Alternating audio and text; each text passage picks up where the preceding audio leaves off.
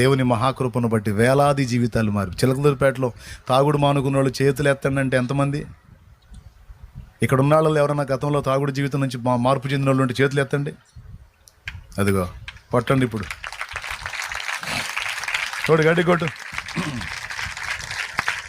ఇక్కడున్న సేవకుల్లో కూడా ఒకప్పుడు డ్రింక్ మాస్టర్లు ఉండుండొచ్చు, అవునా? ఆ చేతులు ఎత్తండి. ఒకప్పుడు మాజీ డ్రింక్ మాస్టర్లు ఇప్పుడు సేవకులు అయ్యారు. ఎవరి త్యాగం? భక్తుల త్యాగం. వాళ్ళు సువార్తను మోసుకొచ్చారు. ఆ సువార్త విని వీళ్ళు మారి అనేక మందికి ప్రకటించే సేవకులు అయ్యారు. అంటే వాళ్ళు కూడా త్యాగం చేయటం మొదలుపెట్టారు. యేసయ్య ప్రేమను లోకానికి ప్రకటించటం మొదలుపెట్టారు.